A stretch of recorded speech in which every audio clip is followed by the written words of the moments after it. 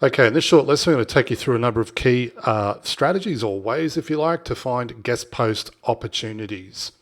Let's start with the most obvious one, which would be to use search query operators.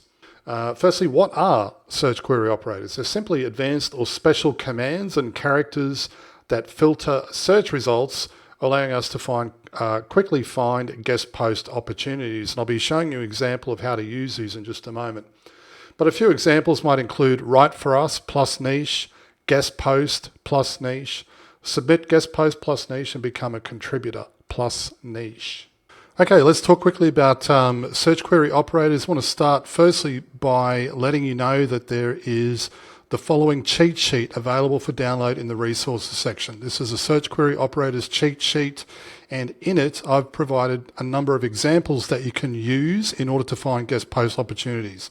You can see here I've broken it down into two different sections. You can find sites that accept paid or sponsored reviews or posts, and also sites that accept guest post opportunities.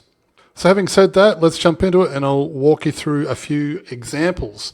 So as you can see here, in order to save a bit of time, I've actually dug through and found a number of sites using a variety of some of these these search query operators. I'll be demonstrating in the next lesson how I go about evaluating these sites and determining as to whether or not they actually qualify and if they should be shortlisted for consideration. So as you can see, I've got a couple here. Submit a guest post plus road safety. Obviously road safety is relevant to what I'm looking for. And as you can see, I've got share your top safety tips through guest posting. Okay, there's one. Submit a guest post, write for us. There's another one. This one here looks interesting. This is actually based in Australia, easydrivingtest.com.au. So I'll probably take a closer look at that. Using search query operators like this, you'll get no end of results. You'll find hundreds and hundreds, if not thousands, of sites that accept guest posts. And don't forget, guys, to look not only with within your own country, but also look, or at least consider looking overseas. Now, of course, if you're working, say, in the dentist space, we could change this up. Submit a guest post, dentistry. Okay, and here same thing again. We'll get a whole bunch of listings in here of sites that actually accept guest posts. Here's the first one at the top. Let's take a look. So write for us, step one. This is more like this appears to be their submission guidelines, walking you through what's required in order to submit a guest post. Right, so probably don't need to spend a great deal of time on this. Most of you will understand how to use search query operators within Google. Again, reference the search query operators cheat sheet for this. Just change up the niche or the keyword to suit the industry that you're wanting to target. The next is using a strategy that I quite like using, which is to perform a reverse author name search. This strategy involves searching by author name, which will often reveal other sites where that person has submitted guest post entries elsewhere, thereby revealing additional opportunities. You'll find that most people or most publishers go about submitting guest posts using the same persona or name. And if we do a reverse author name search, we can find where other sites that they've posted on as well. Reverse engineering competitors. Of course, this is a really powerful method and way of finding additional sites to post guest posts on. And this is achievable by using competitor data. This is where we go about reverse engineering other websites to uncover link building opportunities. And this is one of the best ways to do it, especially when it comes to guest posting. One of the greatest advantages, and this is one of the reasons why I quite like this strategy, is that it's fast. And of course, lastly, it makes sense because we want to replicate what's already working. All right, let's talk about reverse engineering real quick. I'm going to cover this briefly because I'm going to dedicate an entire module to reverse engineering in terms of off-page optimization and link building. But I will share with you the strategy that we use in order to find guest post opportunities using the reverse engineering method. Now, this is a little bit different to everything that I've displayed or covered rather so far. And whilst it is effective in terms of potentially finding sites where you can submit guest posts, it is quite effective. It's also very time intensive. Now, what I would recommend you do is you dedicate a team member, someone within your off-page team, and this is really something you should be doing anyway. You should have a member of the team that's just constantly looking for link building opportunities, whether they're performing, whether they're reverse engineering, they're using search query operators, they're subscribing, they're just browsing the internet, they're looking within Facebook groups or everywhere else. You should have someone in the team that's constantly looking for new opportunities, okay? Because as your agency grows, if your database or list of sites doesn't grow with it, you're going to start leaving footprints, and it could become problematic. So you should be constantly looking for new link building opportunities. All right, now having said that, you can see I've performed a search here within Google, and I've simply typed in traffic control course. Now, the reason I've chosen this term is because this is obviously relevant to what we're targeting. But more importantly, it's a head term, right? So for you, let's say that, let's say you're working with a roofer and you're looking in Sydney. You might search for keywords such as roof repairs Sydney or roof replacement Sydney, or any of those really big head terms that have a lot of search volume. I make this recommendation because we want to find sites that have undertaken a great deal of off-page optimization and link building, and potentially some of that, or a large portion of that, might be made up of guest posting. We want to find those sites. Okay, so it's going to be more effective and far more likely to find guest posting opportunities searching for more competitive terms, right? We probably wouldn't find a great deal if we were using a long tail phrase or a long tail search term. So I would be looking at head terms in order to unearth potential link building opportunities.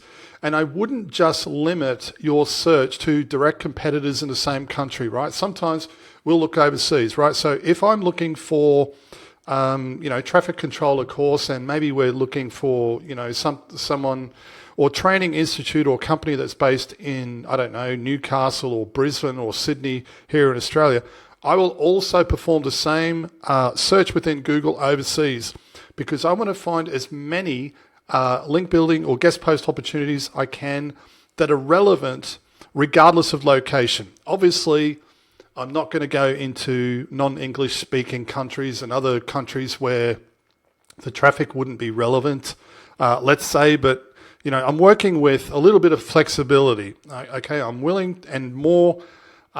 I'm more than happy to get a link from Canada or the United Kingdom pointing to, a page here in Australia. That wouldn't be abnormal, especially if it's highly relevant.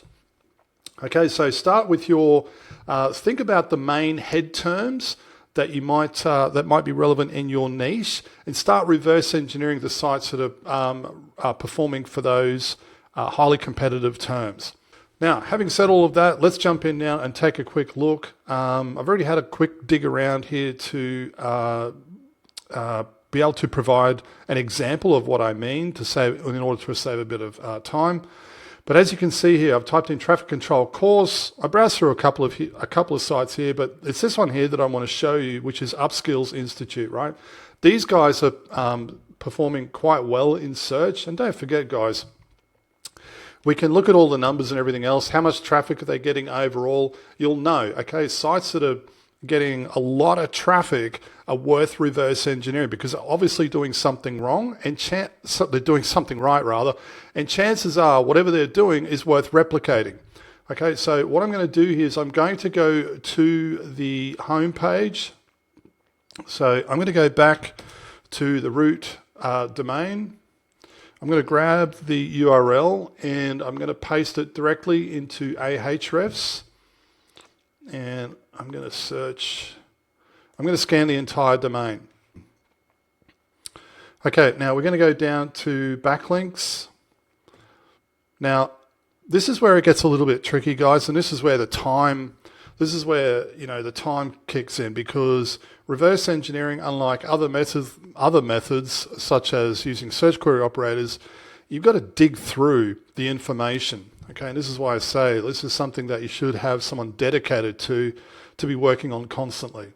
Okay, so one tip that I'll share with you that should save you a tremendous amount of time, right? Obviously, we want to look at backlinks.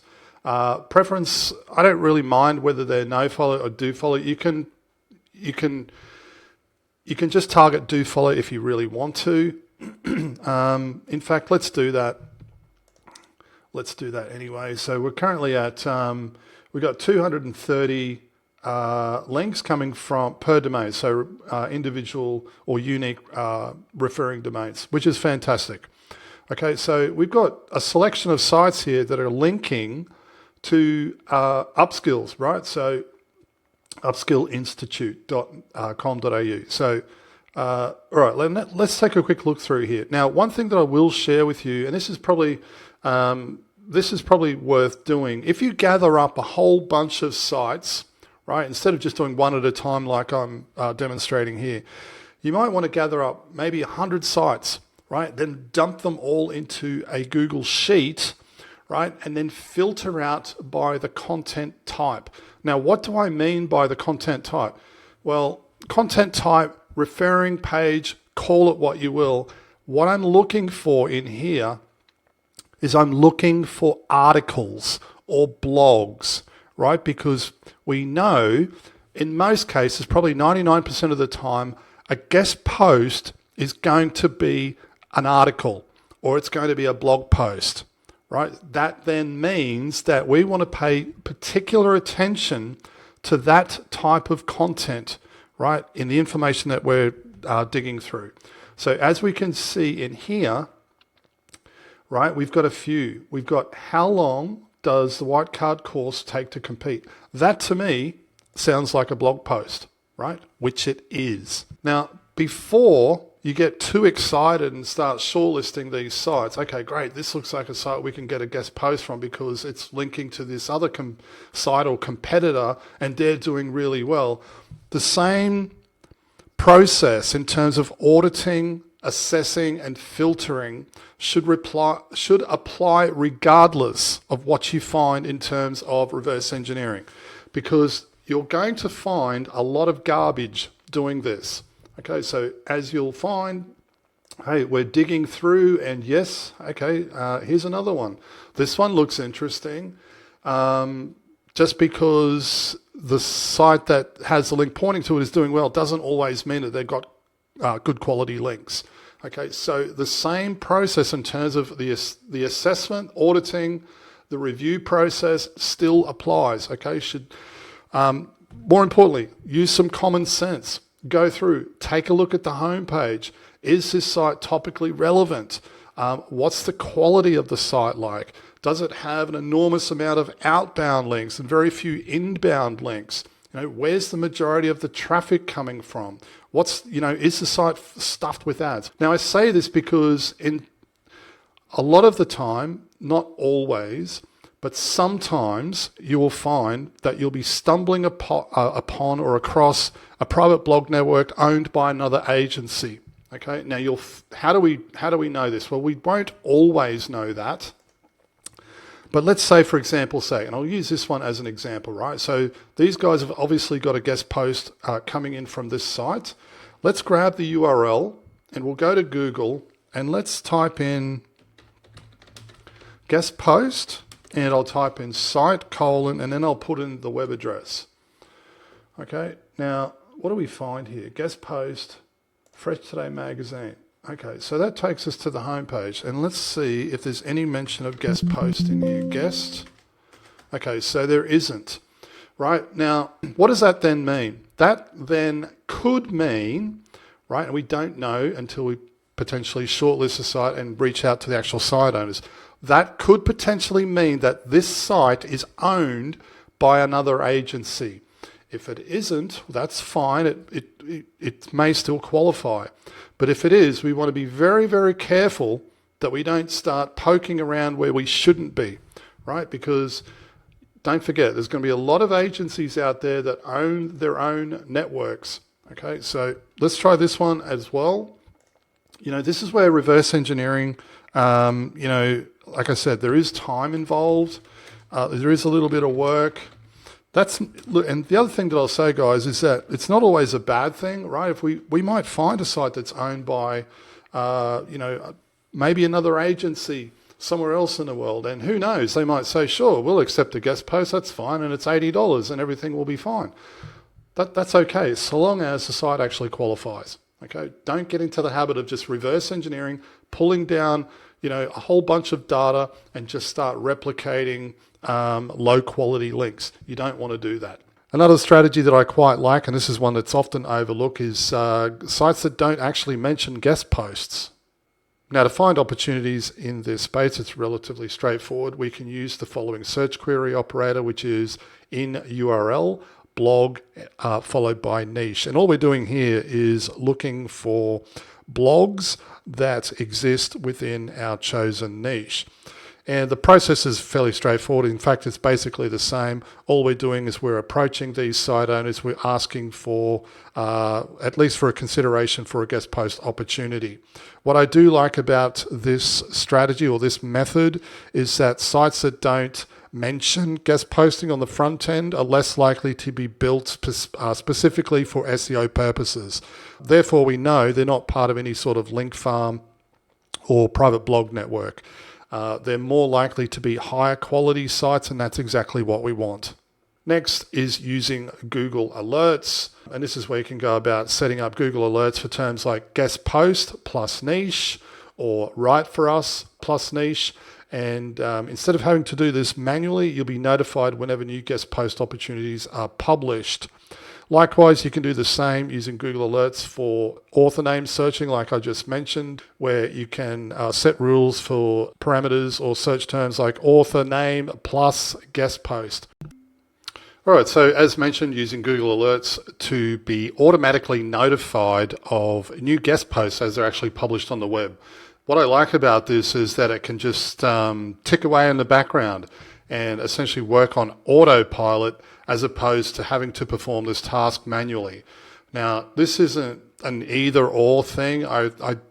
We always make sure that we still perform the task manually, but we also supplement our efforts by using Google Alerts. Like I said, you can use Google Alerts to find industry or niche specific guest post publications, but you can also track and monitor others in the same space by author name.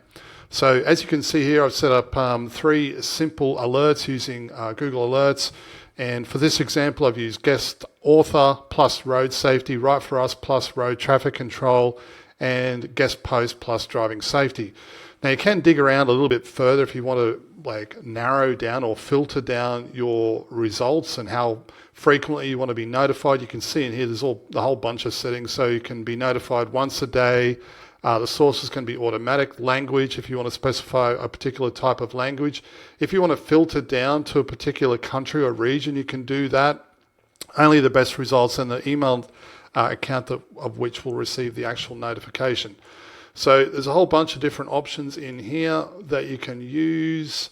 Like I said, I'd probably use this to supplement what you're doing manually.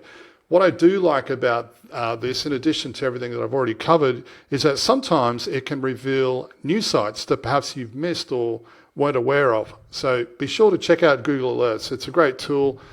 We use it frequently. Niche-specific directories. This is another one that I quite like. This is where you'll find directories, business directories that are built specifically for a given niche. Hitting niche-specific directories is a great way to really target your efforts. You should be mindful, however, that success rates here may be lower, but the quality should be much higher. And again, the beauty of this is that we can, we might have we'll give ourselves essentially the opportunity to target, say, 500 or 1,000 sites, all in our target niche. And this certainly saves a tremendous amount of time from, as opposed to having to search around all over the internet. Another key point that's worth mentioning here is subscribing to sizable niche-specific newsletters. Now, for a number of niches, in fact, almost all, they'll have e-news, newsletters and magazines, a lot of offline material as well, print media, that sort of thing. I'm a big fan of this strategy because it can get you in front of a sizable audience and open up all sorts of opportunities. So e-news, subscribing to online newsletters and be notified about latest publications and potential sites. A lot of industries have magazines and offline publications, as I said, that are well known in the industry that also have newsletters. The beauty of this, of course, is that it gives you immediate access to highly targeted active sites and groups in your chosen niche. The last point here is change the content offering. I may have touched on this previously, but instead of just sending flat text articles, think about sending content or different types of content. So audio or video, and you can do this by recording sessions with your clients, offer the recording as opposed to just submitting flat articles, whether that's in video format or potentially audio, maybe a podcast or something of that nature. This gives the site owner the opportunity to choose what type of format they prefer, whether it's audio, video, or text, or perhaps a combination of all three.